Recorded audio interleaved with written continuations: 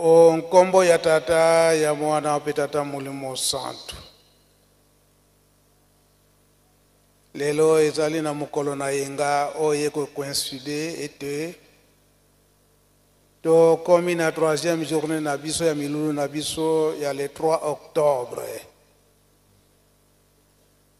Solo soki tozali komona sika ete bandeko na biso ya dirigeant bazali koleka mpona koforme chorale. Na ntina mosusu te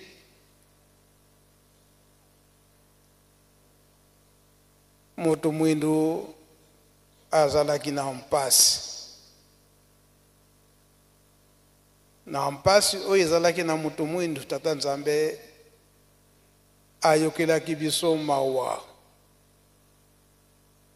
Toteya mingi na batata. Tozalaki na milulu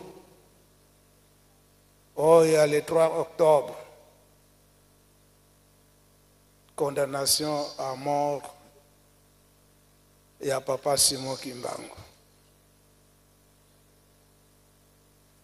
Kasi ya motokota na le 3 octobre. Tozalaki na milulu na biso ya mbotama ya papa Simon Kimbangu. Oyo ezalaki na le 12 septembre.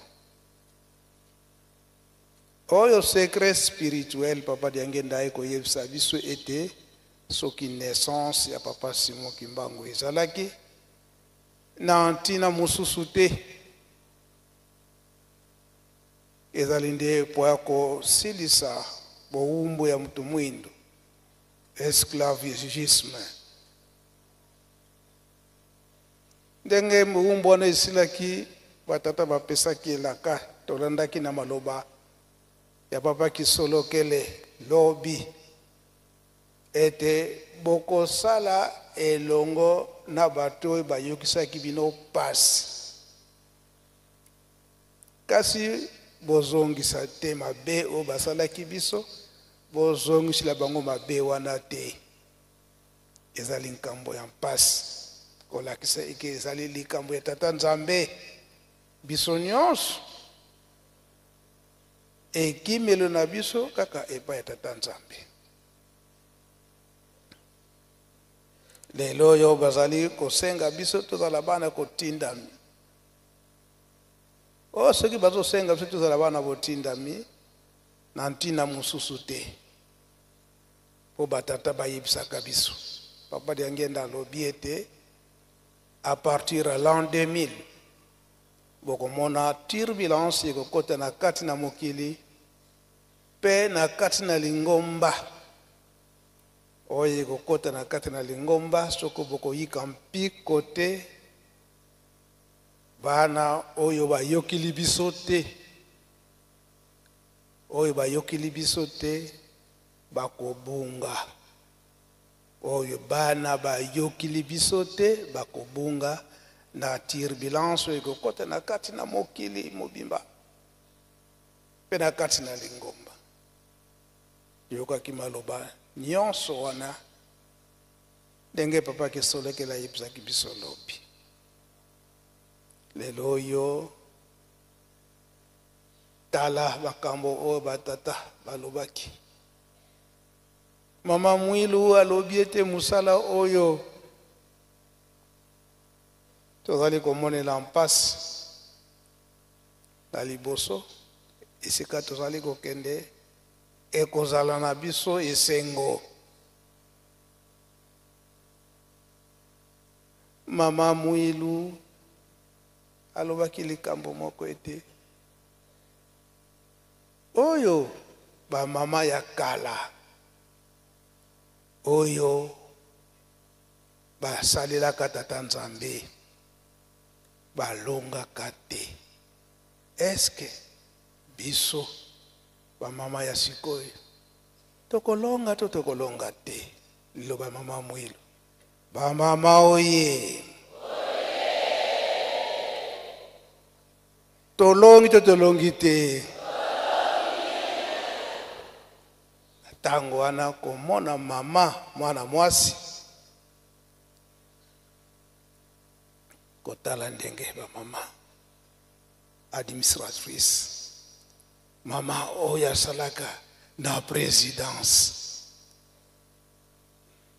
wana kolonga tukolonga te ba mama Mwilu alobaki ete tokolonga na sagesse oyo sagesse te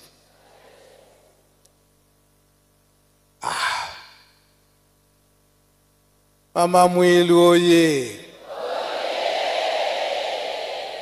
ndenge mama administratrice uchikolo bango mama akende kosomba bato banani basombi bato yango batata babandaki kansi batikeli sima bamama nde liboso wana bolingo te batata oye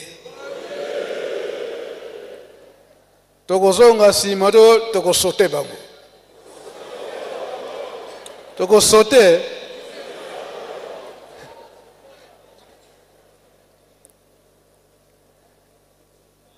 kasi na Kikongo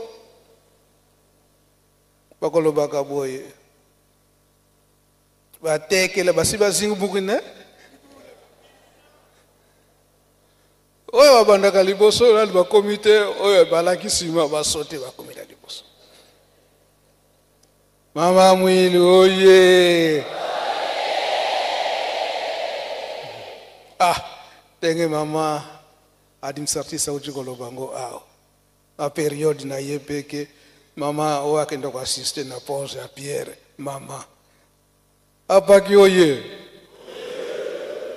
toyoka na biso zuwa te oyo bana tata Nzambe zuwa ezalaka te boye te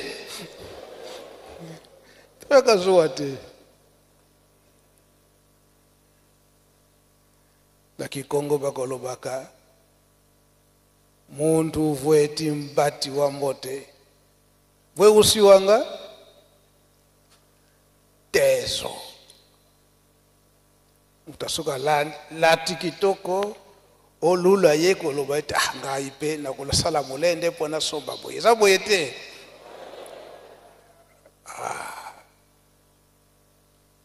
fala bandeko na biso tomoni mopaya na biso auti Allemagne nyonso wana bilaka ndenge papa Simuki Mbango alobelaka yango papa pe balobaki yango oyo ndeko na biso Allemand biso da wana tozalaki nanu bana mike très jeune aona Yerusalemi ba Allemand bamonaka ete bizaleli oyo ya biso bakimbangiste ezali ya malamu basengaka na tango na 1967 na bapapa eske tokoki kofanda na bino elongo po ete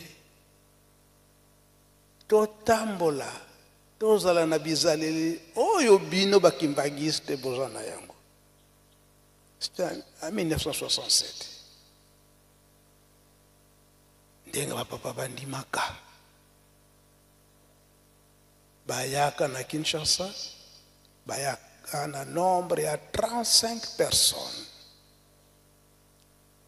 bango nyonso baalema bafandaka mikolo misato awa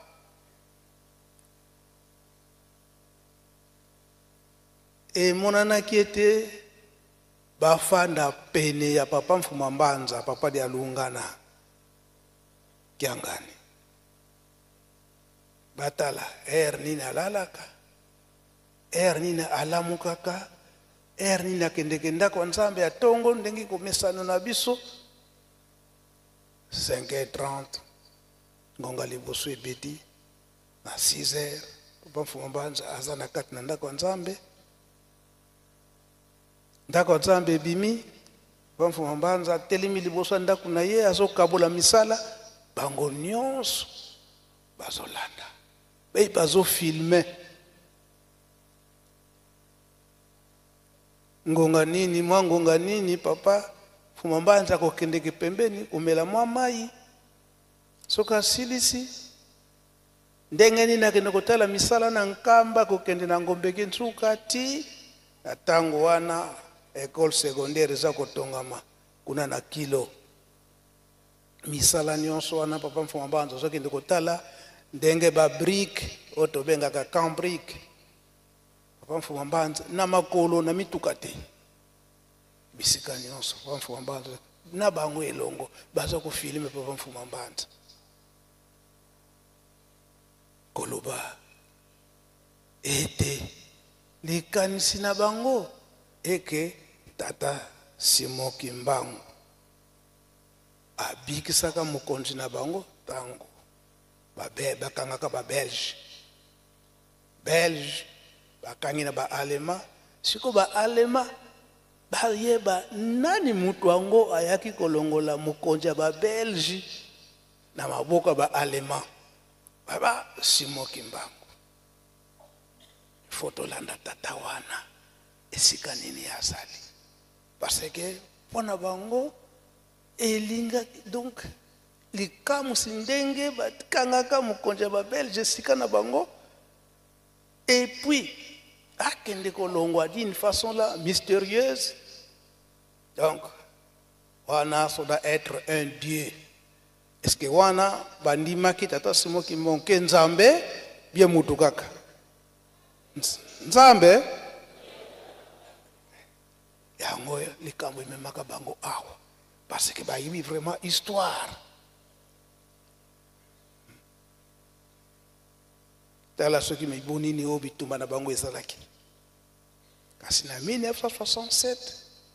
esengelaki baya awa na nkamba basengi nzela epai papa mfuma longo papa dangenda kontima en tant que chef spirituel ete baya kotala bizaleli ya tata Simon Kimbangu na mboka oyo ya botamaki basalaka mikolo misato ako sima mikolo misato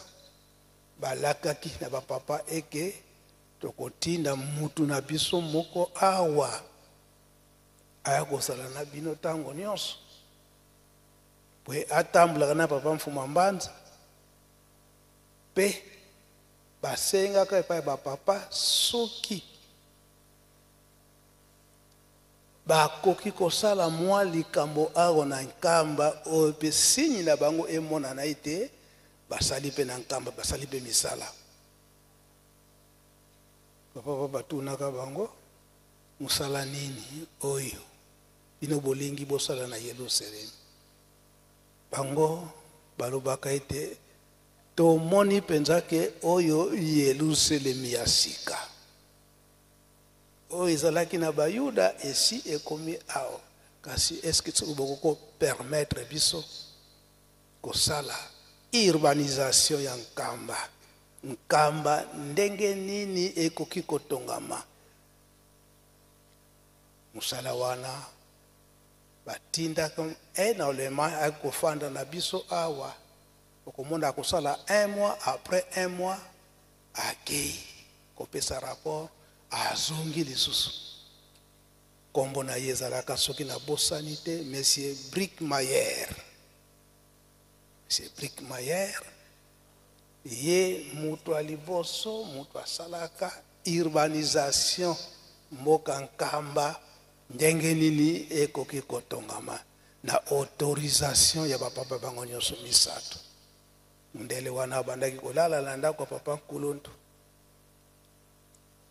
soki aye na motuka na ye afandi wana tongo etani aye ndako nzambe na tongo nsima libondeli akoti na musala na ye na tango wana badrone ezalaka te donc musala na ye ezalaki ifo atambola nkamba nyonso komata na bamontagne kotala relief nyonso ya nkamba endenge nini nkamba ekoki kotongama tango papa mfuma mbanza azalaki apesaka autorisation eke bamindele wana baluka lisusu soki plan wana oyo esalamaka na nzela na nkamba soki bakokaki kose retrouve yango e devoir wana pe papa Simon Kimbangu Kiangani apesaka ngango tango tokendaka la l'an 2010 na France oyo monsieur Rain aki kotala biso papa simoki mbanga yebisa botuna bango soki plan wana o basalaka na ntango wana soki ekoki komonana lokola kombo ya mondele wana tobosanaki yango te monsieur Brick Mayer po bango bazalaka makasi na kobomba ba archive elelo oyo bango lisusu kaka bazotika biso te baye lisusu na mosala nini oyo ndenge toyoki badeshe nyonso baplastike nyonso kolokota ale bake kotransforme yango na biloko oyo ekoki kosunga biso lisusu wana mosala te makasi oyo toza komona omeli mwa jus obwaki bango balokoti mulangi wana epai na bango mpe soki olokoti ndenge wana oke epai na bango kokopesa bango bakotika maboko pamba te bazwi mwa lumeya batiero na loboko soki esalami ndenge wana baplastike ekobwakama lisusu te osangisi kaka oyebi eke société eza boye te wala mosala te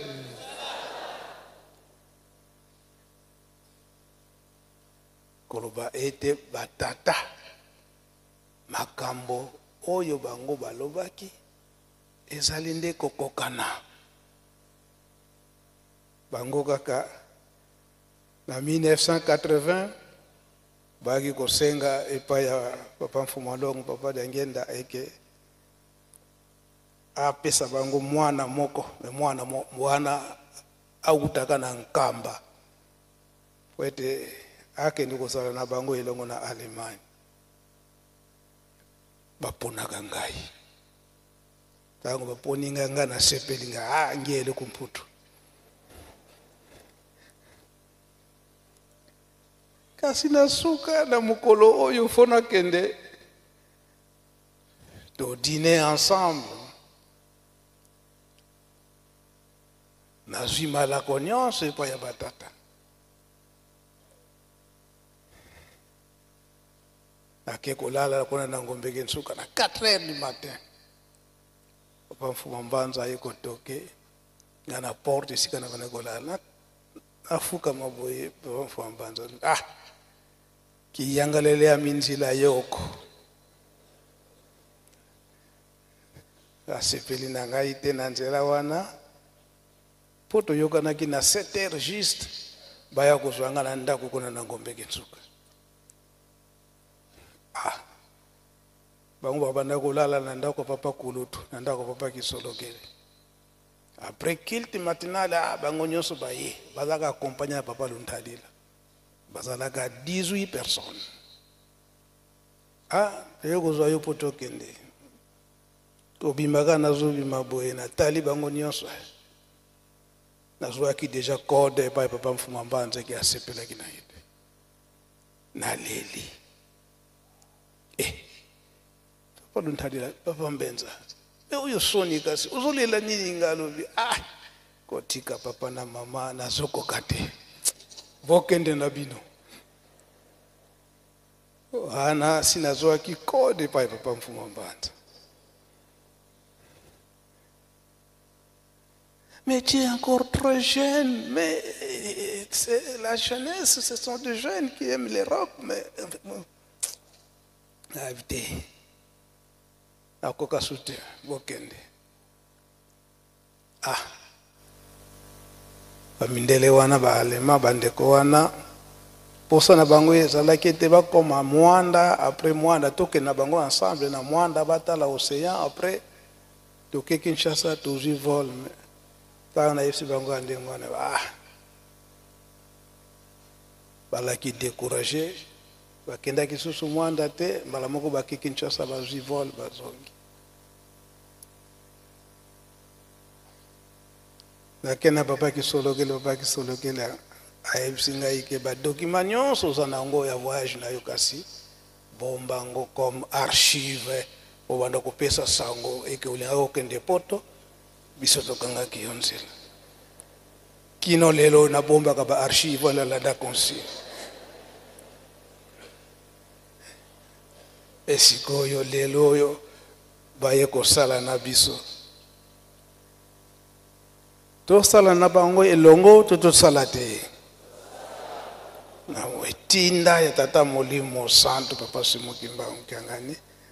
tosala nyonso wana na ntina nini Yerusalemu me likambo makasi oyo tokosimba ete bango posa ezalaki na bango eke tosala na bango elongo likambo liboso ya kokamwa ete la spiritualité donc bonzambe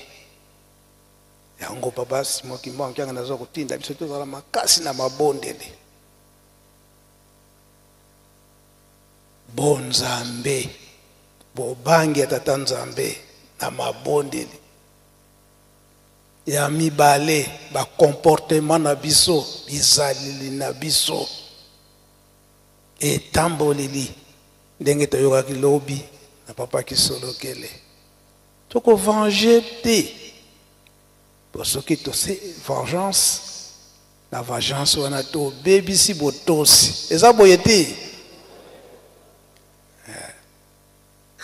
et na botosi wana na boserie wana esika wana ces gens sont sérieux bakopesa biso misala c'est mingi eza kobetisa biso mabaku na misala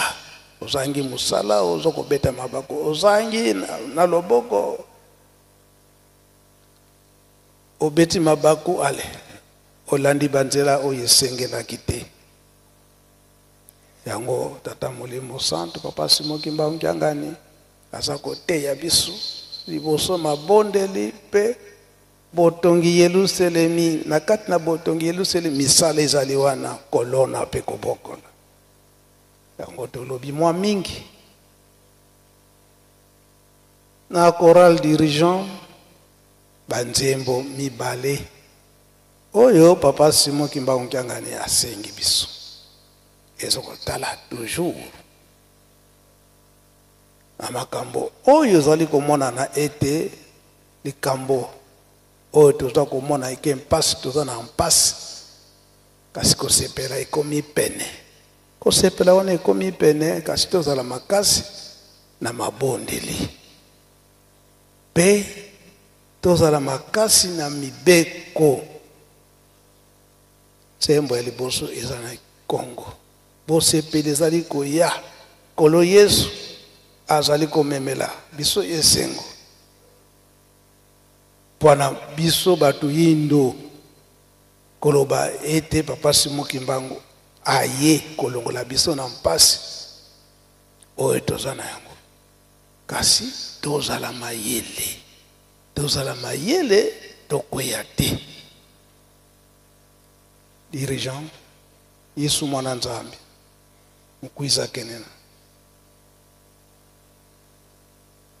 ona banzembe nyonso mibale papa Simokimba Mkiangani mutatindi biso eke toyemba nzembo na tokanisa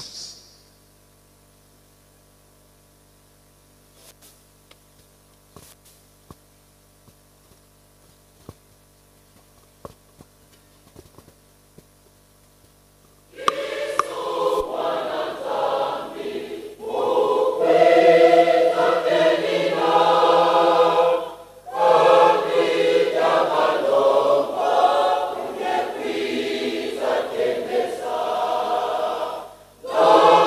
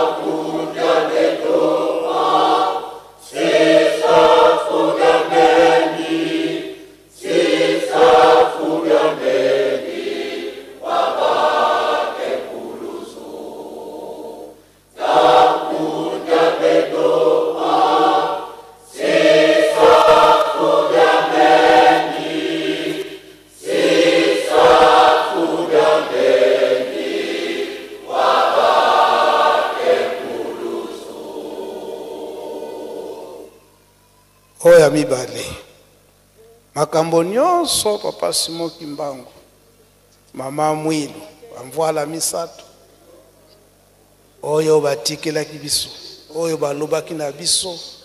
ekoki koleka te kaka efo emonana po esalama po soki emonani te esalami te wana tokoloba ete bango bazali banzambe te.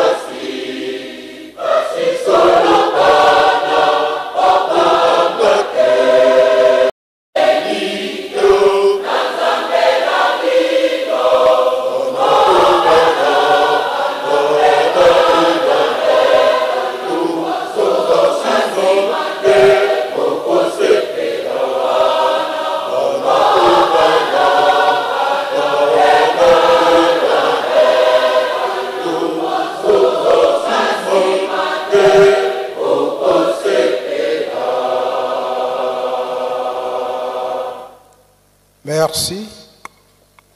Oyo nzembo liboso na lingala oya bongisami oya kikongo wana aya kopesa biso nzembo na lingala nkoloba nini biso amisusu tukoki kozonga na biso makambo nyonso ndenge baza kotangela biso na kati na Bible ezali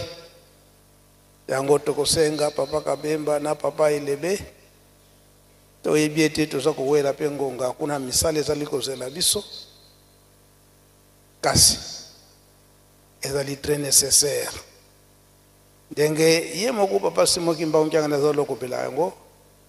olobi ya kala loba pe ya sika tango zali koloba ya sika olobi pe ya kala ezalelaki ndenge nini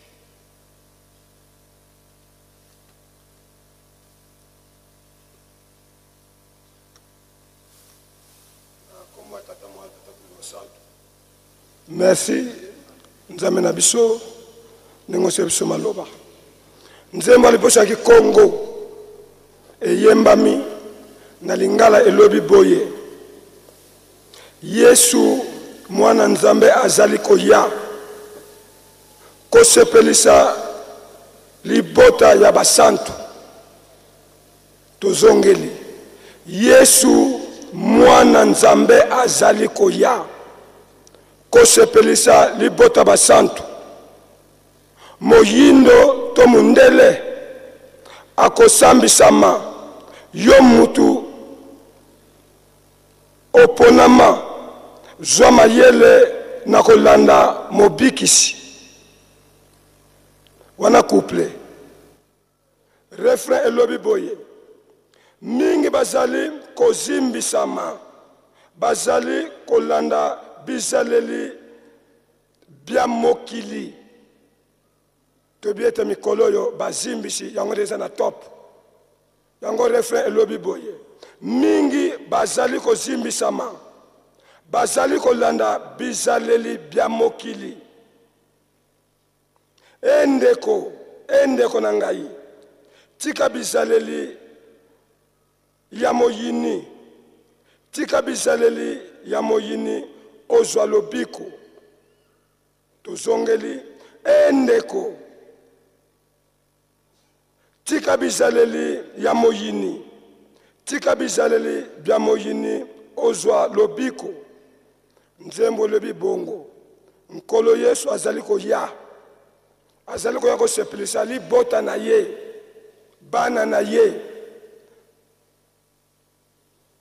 Moyindo to mundele akosambisama yo mutu oponama zwa mayele na kolanda mobikisi. Mobikisi nani? Tata Molimo Santo Papa Simon Kimbanjangani.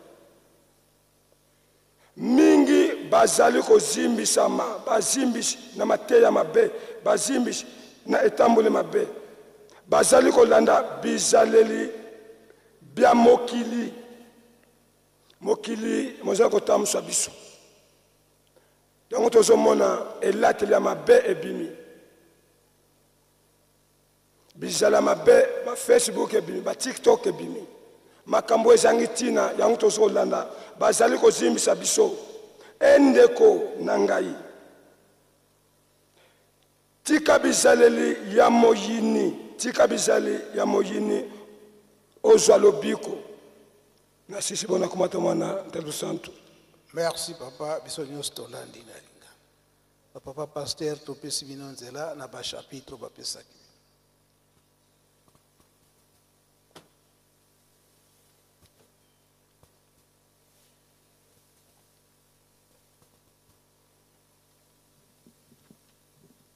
Kombo ya tata ya mwana pe tata Molimo Santo. Merci nkolo na kopesa biso liloba na mokolo mayenga malelo. Mokanda nkolo apesa ki biso kotanga na mokanda ya Esaïe chapitre 55 verset 10 à 13. Yesaya mokapu ya tuku mitano na mitano na nzela ya zomi kino zomi na misato. Etangeli ezali boyi na kombo na tata na mwana pe tata Molimo Santo. Maloba na ngai esalaka lokola mbula na neige. Yango eutaka na likolo mpe ekweyaka na se. Ezongaka lisusu na likolo te. Yango epolisaka mabele mpe ebotisaka yango. Epesaka mbuma oyo bakoki kokona lisusu mpe oyo bakoki kolia. Se bongo maloba na ngai esalaka makambo oyo ngai nalingi. Ekokisaka mokano na ngai. Bokobima na Babilone na esengo mpe bokozonga epai na bino na boboto tango bokozala kolela. Bangoma ya minene na ya mike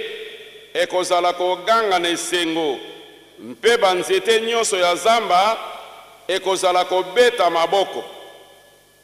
na esika ete banzete ya basende pe ya banzube ebota banzete ya kitoko ekobota makambo yango ekopesa Yawe lokumu ekozala tango nyonso kolakisa mosala oyo ye asalaki mpo na bino na kombo na Tata na Mwana pe Molimo Santo. Amen. Na kombo na Tata na Mwana pe Tata Molimo Santo tokobakisa liloba moko mibale la lolenge oyo nkolo apeselaki biso programme toiti kolanda nzembo mibale oyo yebabi la grande chorale dirigeant kuna na kati de toyoki maloba na Tata Nzambe mposa ya Nzambe katikati la bana na bato ndenge alaki yango batata ba mama soki Nzambe a paraphrase maloba na banzembo eza na tina monene nzembo ezala ya ndenge nini epesaka moto matei minene mpona bomoi na ye ote banzembo mosusu epesaka biso matei lolenge nini tokoki kozala na bolingo katikati na biso bato bandimi bakroyant kati na biso banzembo mosusu epesaka biso kondima na elikia mosusu ndenge tokoti kolanda yango banzembo nyonso mibale ndenge epesi biso bokasi ndenge assuré biso ndenge totangi na loyembo ete na Bible liloba na Nzambe ekokweyaka te ekozongaka pe esika yango ewuti te soki ekokisi mokano na ye te yango wana batata bamama ezali kaka esengo mpona koyoka loyembo te ezali mpe kaka esengo te mpona koyemba lokola bato ya korisi bauti koyembela biso ma eloko ezali monene na loyembo esengeli na biso toyoka yango tosimba yango pe tosalela maloba oyo epesameli biso na kati na loyembo yango ekobongola biso ekochange ezaleli na biso to ekolendisa biso na mposa oyo Nzambe aza nango katikati na biso lokola tolandi nzembo elamusi makanisi na biso nzembo eza ya kala eyembamaki me lelo elamusi makanisi na biso na programme oyo eza na kati na Nzambe ndenge tokolandaka matei oyo bapesaka biso na banzembo na psaume ntango batangelaka biso mayema azalaki na ntango na kala na bana Israel ndenge nini ezelabaki mpe ndenge nini ekosuka ndenge nini mpe bavivaki bokonzi oyo balai kolaka bango katikati na bango loyembo ndenge tolandi yango wana etotie elika te komatisa kondima na biso soki kondima na biso ezalaki ya kebakeba to kondima na biso ezalaki na nani ekopatisa kondima na biso soki tokolanda lokola mayeto eloki na kati na nzembo mbala mosusu ntango tolandi nzembo epesi biso mawa soki tozali kotambola malamu te lokola nzembo ate epesi biso mawa mayeya atindi biso yango nde tokosalela soki tokosalela lokola epesa biso esengo ndenge babi te esengo na oyo apeteli motema komona Nzambe donc soki tokopetela motema na biso lokola tozwi bilaka na kati na nzembo ekopesa biso esengo mingi nzembo eza na nguya ya korassemble bato ya kolamusa koaffermir kondima ya bato ndenge tomoni awa chorale monene oyo eye esangani awa eza nzembo oyo esangisi bango kaka nzembo te me kosala misala minene ndenge tomonaki yango lobi balakisi biso awa na kati na lisanga monene ya chorale ya dirigeant kozala na mawa te soki nzembo etuti oyo na makanisi na estamboli na esaleli na yo ne plutôt nde elendisa ebongola biso epesa biso mayele nzembo epesi biso elikia na oyo batata balakaki biso tolandi yango epesi biso elikia eteyi biso ete ata bitumba ezali makasi tozala na elikia ete kolonga ezali kati na biso loyembo lokola tolandi yango wana sikoyo epesi biso courage mwaye tozonga so nsima te me tokende na liboso loyembo lokola tolandi yango wana epesi biso sikoyo makasi mpo ete patience tokende mbangu te ndenge tolandi liloba nkola lobi ete bamosusu bayoki matei ya bazimbisi nde basili kozonga nsima me biso tozonga nsima te totala kaka liboso totala nsima te totala mimpanzi te soki tokokweyisa elikia na biso batata bamama oyo batei biso na kati la nzembo alors pour nini tozali vivre na kati la mokili parce que elikia na biso elikia yango nde ezali kosala ke biso to vivre mais soki tokwei yango ekozala na biso pasi mpo tokoka kovivre malamu na kati la mokili tokanisa te ke lokola mikolo ezali kokende molai kete matei to bilaka ya nzambe ezali kokweya te bapesi biso na 2 Pierre chapitre 3 verset 8 suivant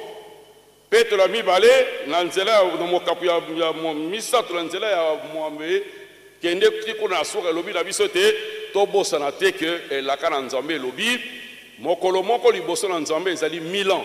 1000 ans ezali mokolo moko liboso na nzambe nzambe akowumela te pota kokisa bilaka na ye akokokisa yango kaka soki ezali kotambola malembe ezali poto to bongwana biso nyonso tozali conscient soki bilaka ekweyaki deja nayebi te soki yo soki ngai nde tolongaki na lolenge tozali kotambolela esenge na biso vraiment tozala mosala mingi kati na biso bolembu ekotala na motema na biso bolembu ekotala esaleli na biso me bacotisation topesaka susu te losambo tokotaka susu te participation na chorale tozalaka lisusu te tobida ebilaka ewumeli tokozwa eloko te batata bamama nazali kolamusa makanisi na biso Genèse chapitre 6 verset 9 suivant kende ti kuna na suka surtout na verset 10 oyo nga na kolobela kuna bazopesa biso litei ya koko na biso Noé ndenge azwaki message na tata nzambe ete asala basuwa toyebi yango tokende kuna te mpo na ngonga mais na koti na verset 10 ekomaki na date ya le 17 février ya l'an 600 avant Jésus-Christ nde Noé akotaki na basuwa mbula ebandaki kobeta me mbula wana ntango ebetaki bandimaki teke mbula oyo nde yango nde ezali kozindisa biso ndenge baninga baza kobenga na libanda bokangami kuna mais depuis bokotaki eloko nini ezosalama bobima misala totikaki epesaki bango pasi ekitisaki kondima ya bana bakende komona mama mais mama soki boye biso tokobima na biso tokotika bino awa po tozomona clair te mama mpe motema esukaki ake komona tata parce que mokolo nde bakotaki mbula ebetaki mokolo na te basalaki mwa mikolo mpona peu une semaine mais mokolo wana ya le 17 février l'an 600 mbula ebandaki kobeta bazali koloba na mbula yango est ce que mbula yango c'est mbula ebetaka mikolo nyonso mbula liboso tomoni awa yango mais nzoka ne mbula yakili ya liwa ezalaki nde wana koseka ya suka emonanaki yango wana baza kosenga na biso batata bamo ete biso tokweyisa kondima na biso te liloba ndenge totangi tata apesi biso na mokanda liloba na nzambe soki ebimi ifo ekokisa ekozonga te soki ekweyisi likambo na yango te yango wana biso tokweyisa kondima na biso te ndenge balobi na biso na Hébreu chapitre 10 verset 38 à 39 ete nzambe akosepelaka te na oyo azongaka nsima lokola totelemi tozali kokende tosimba elikia na biso tomema yango tokobisa yango na suka ekozala na biso esengo mingi tolandi banzembo nyonso mibale te tata yembisi soki tokosalela bongo soki tozalaki ya kolala tolamuka soki tolembaki tozwa courage tokende liboso nzambe azali mutu te mpo akosa nzambe azali mutu te mpo abongwana oyo alakaki na malomonoko na ye akokokisa yango kaka biso tolemba nzoto te me tozala na lisanga ya baoyo bakobika kasi na baoyo bakobebisama te ndenge Nombre chapitre 23 verset 19 elobi nzambe azali mutu te mpo akosa oyo nzambe alobi yango ekosalama tosilisi wana na nkombo ya tata mwana mpe mosantu tata nkolo totelemi wana topesi papa elembe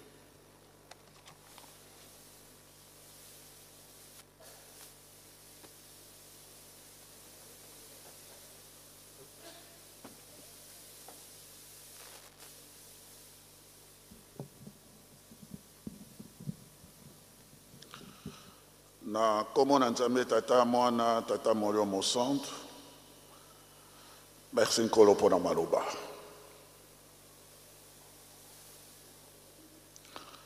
batata bamama Jérémie mosakoli Jérémie chapitre 1 verset 11 à 13 Nzambe atuni Jérémie. Est-ce que vous avez vu nalobi nazali komona lendalala ya mandie Nzambe alobi omoni na solo ngai nasenzelaka na liloba na ngai mpona kokokisa yango. Biso nyonso toyeba ete Nzambe asenzelaka na liloba na ye soki ye alobi ye moko asenzelaka alandaka yango tino ekokisama asenzelaka na liloba na ye. Obele Jérémie lisusu na 28 verset 9. Jérémie alobi boye soki mosakoli asakoli liloba bakoyeba ete mosakoli wana atindamaki solo pe azali sikisiki na ekokisameli ya liloba oyo ye alobaki. Soki mosakoli asakoli liloba asakoli événement likambo ekokisami lolenge ya lobi bakoyeba ete solo ya utaki na Nzambe. Jérémie 28 verset 9. Nantina wana ndenge kola lobaki makamo ya kala pe makamo ya sika pe futo sakolaka yango. Tokokamata na likambo oyo ya kala. Nzambe asakolaki ete Yerusaleme ekozala na nkombo mosusu oyo liloba na ye moko Nzambe monoko na ye moko Nzambe akobibisa. Na Ésaïe chapitre 62 verset 2. Jérusalem portera un nom nouveau que la bouche de l'Éternel prononcera. Et umeli atango molai kinonkolo Yesu aye koloba na bana na Israël obi bokonzi na likolo kolongola bakati na bino kopesa melali bota mosusu. Nkolo Yesu pa aye koloba na bango alobi temple bozali komona libanga moko ekotikala likolo na libanga mosusu tete ekokweyama. Le 29 août l'an 70 temple wana ekweyaki yango nyonso. Nzambe asenzelaka na liloba na ye mpona kokokisa. Yango na nkolo Yesu apesaki avertissement. Le ciel et la terre passeront, mais ma parole ne passera pas. Matthieu 24 verset 35. Likolo na se ekoleka, mais liloba na ngai ekoleka te. Ma parole ne passera pas. Alobi libanga moko kotika la likolo na libanga mususu tese kolongolama. Bokonzi na likolo kolongolama ekopesa na libota mususu na Matthieu 21 verset 43. Pesalami ekolekate pesalami.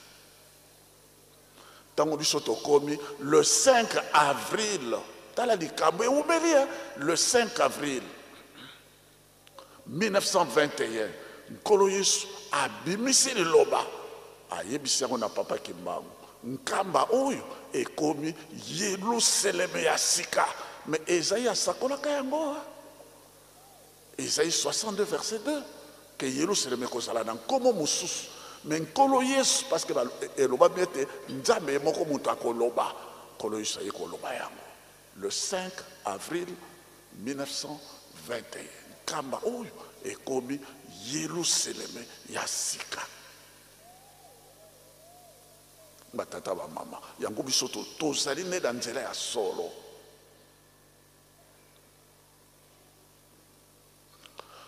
Déjà dans Deutéronome chapitre 29 verset 29, Deutéronome 29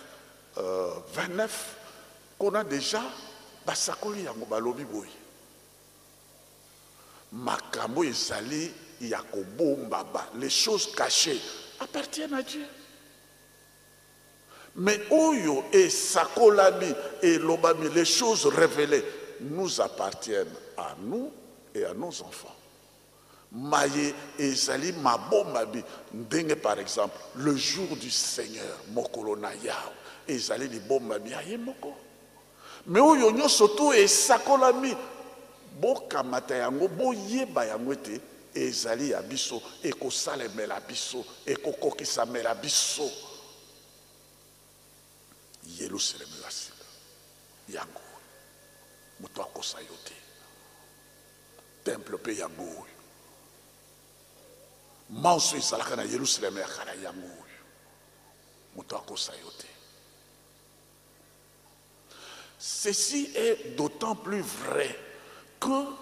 bana na Israël bazalaki kozela bazalaki kotungisa nkolo Yesu ntango nini kozongisa bokonzi na Israël ndenge yango ezalaka. Bana kutu ya Zebede bake kosala proposition. Mama Zebede alobi ntango yo ozokota na Yerusalemu otelemisa bokonzi kamata mwana na ngao ya mobali azala ministre des affaires étrangères oyo mosusu ministre de l'intérieur bazala ba proche collaborateur na yo parce que baza komona ke ntango nde yango nkolosabi te ntango yango oyo te mpona ntango mpe na makambo nyonso mpe mpona kozala droite mpe ya gauche nzambe asabongisa yango. Makambo yango eyeba na biso tango tata kimbango asakoli ete mwindu akokoma mondele mondele akokoma mwindu autant balobi elingi koloba nini autant fixé par Dieu nous serons libres na tango nzambe abongisi biso tokozala libre tokotonga mboka na biso biso moko ndenge mondele aza kotonga oyo ya ye esalami mpe mpo nzambe asenzelaka na liloba na ye mpona kokokisa yango mondele akenda biso tozotambolisa tomoni mama na biso awa na esengo nyonso abinga ya administratrice ya territoire mais ezalaka te yango ezali nzambe asenzelaka na liloba na ye mpona kokokisa yango.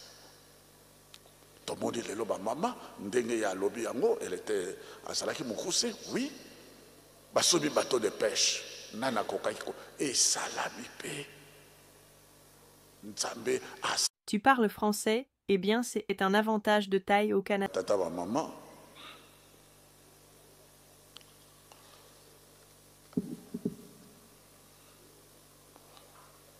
Tango bana na Israël à partir de 1917 babani kozonga na Palestine sous Ben Gurion baza kokena en petit groupe baza kolo salobaki boko kena na bombo tekino le temps des nations et kokokana. Luc 21 verset 24.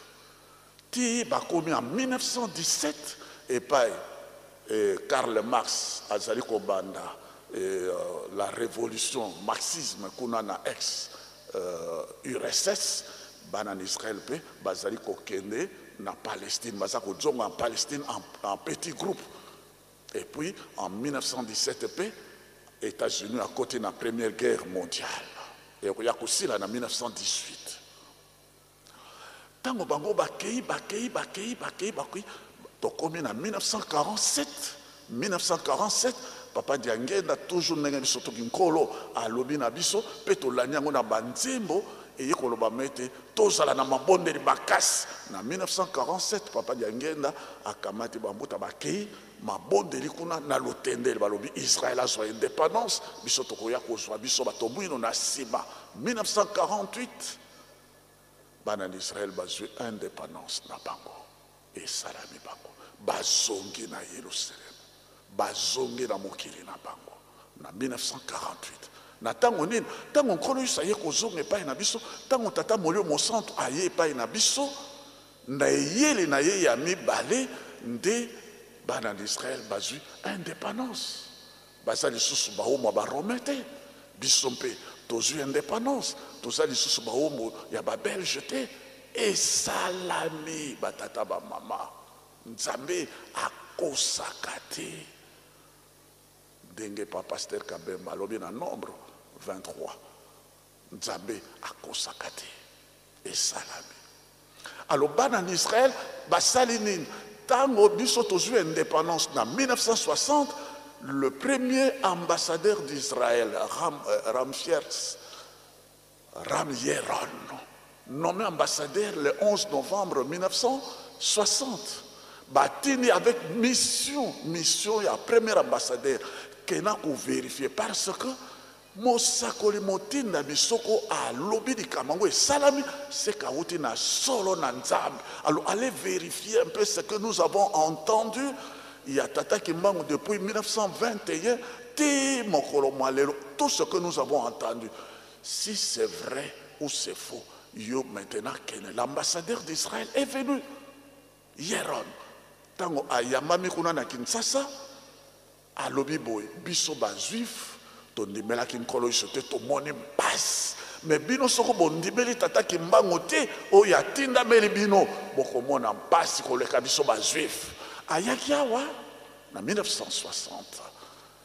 tango ye yawa Yeron a côté na Kilongo tango ye a côté na Kilongo abimi na Kilongo tango ye abimi na Kilongo atali de ba montagne nyonso relief yo ndenge nkolo alobi na biso balmaona bayaki kosala urbanisation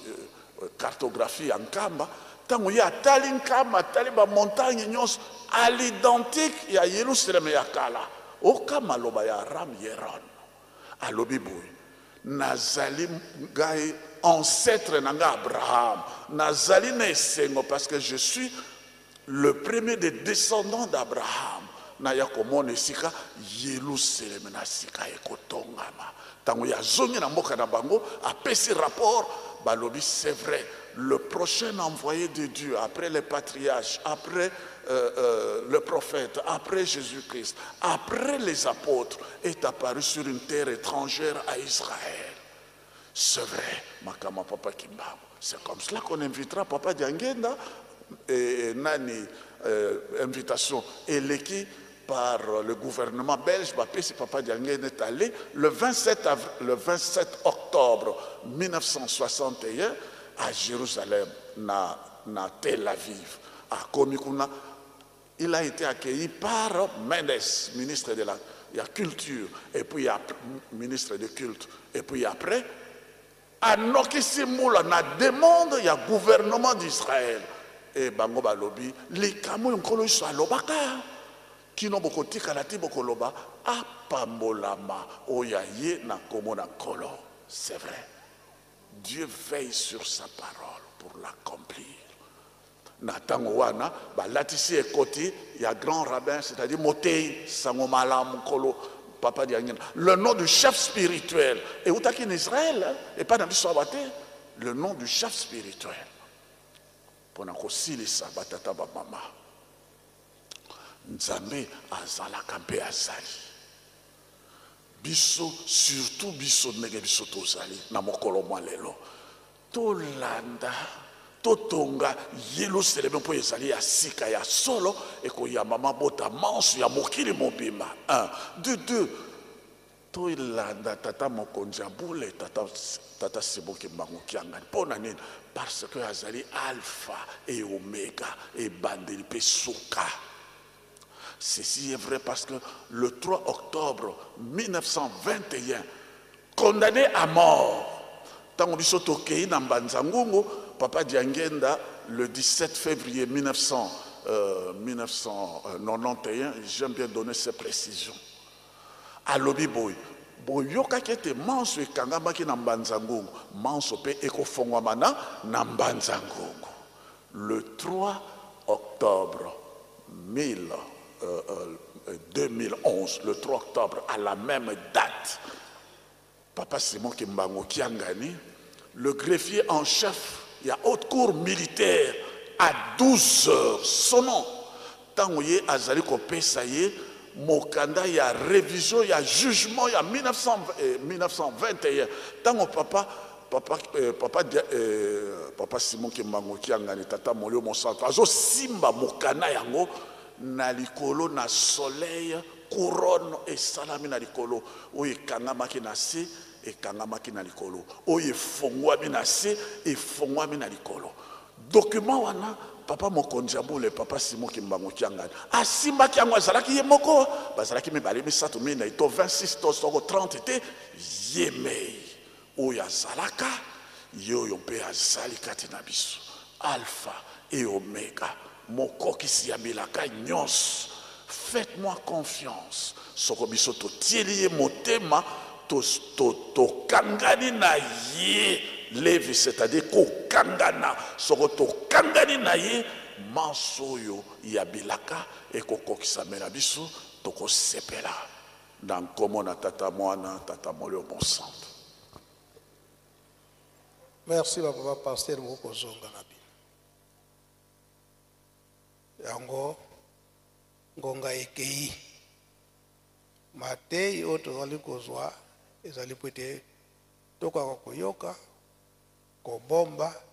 mpe kotosa mibeko. Papa mfuma longo papa diangenda kontima biso alanga nzembo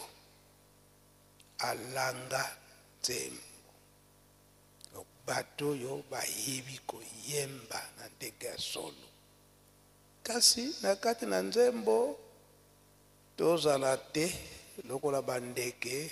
oyo bakobengaka ngundu biole na kikongo. Na français babengi ye rossignol. Tango ye azali koyemba nzembo kitoko kasi baloba za koloba na kati kuna ezoyebana nango te nikoloba nini. Biso tango tozali koyemba biso moko tososola matei nini eza na kati na nzembo mpe balobi ete bakutuna bino batata batikala koloba nini. Biso bato tokoyoka yango tolobi batata balobaki bolingo mibeko mpe misala kasi tozala lokola bapereuke te donc dire bachaku chaku tango oyekusi ye bonjour ayebi kaka koloba kaka bonjour. Moi asosola likambo nini eza na bonjour ni koloba nini ayebi te. Biso makambo na biso misado wana tozwa yango te lokola bapereuke to lokola bachaku ke batata batikaki bolingo mibeko mpe misala kasi mise en pratique tozali bato. En 1989 papa bafandi awa suka biso ba jeune tolelaki misala papa misala posa kosala kasi esika kozela misala ezali te salila biso ba compagnie. Papa dengenda alobi te ba compagnie ngai te papa kisolokeli. Papa kisolokeli alobi te po ete tozwa misala commençons avec les coopératives agricoles. Tosala nanu ba coopérative agricole. Tosala bilanga. Ngada ibina kosala bilanga te. Beto kozo ba machine lelo tsi ba machine. Biloko yo to kochela ba machine wana. Eko uta wapi? Na bilanga ndeko na biso ba yombe bakoloba ke toto nkuluntu makambonyos na mabele yango tolobi mwa mingi libanda toza kobima ngonga sieke tokomitira ba 16h30 misala ezali kuna tosilisa po ete lobi tokende na remise de coupe mpe toyoki ete tobimisa mabanga tokende kotia esika basosiete na biso ezali mabanga wana mosusu eza na esika ya imprimerie wana nde biso badirigant tokomisa esika oyo bakotia basosiete eza mosika mingi te na imprimerie esika ebongisami mpona kotia bamashini nyonso wana mosusu eza na se na mai oyo toza na makasi tokiti na se tobimisi po ete tosala signe wana eke totikali kobimisa libanga ata moko mpona botongi esika ekozala bamashine na biso kaka makasi na kati na bolingo mibeko mpe misala onkombo tata mwana mpe tata molimo santo amen. ika twakubike no moko twatonda lusiku musu tutambuli kwa sedeto muzola kwa se mwana etata mwanda velela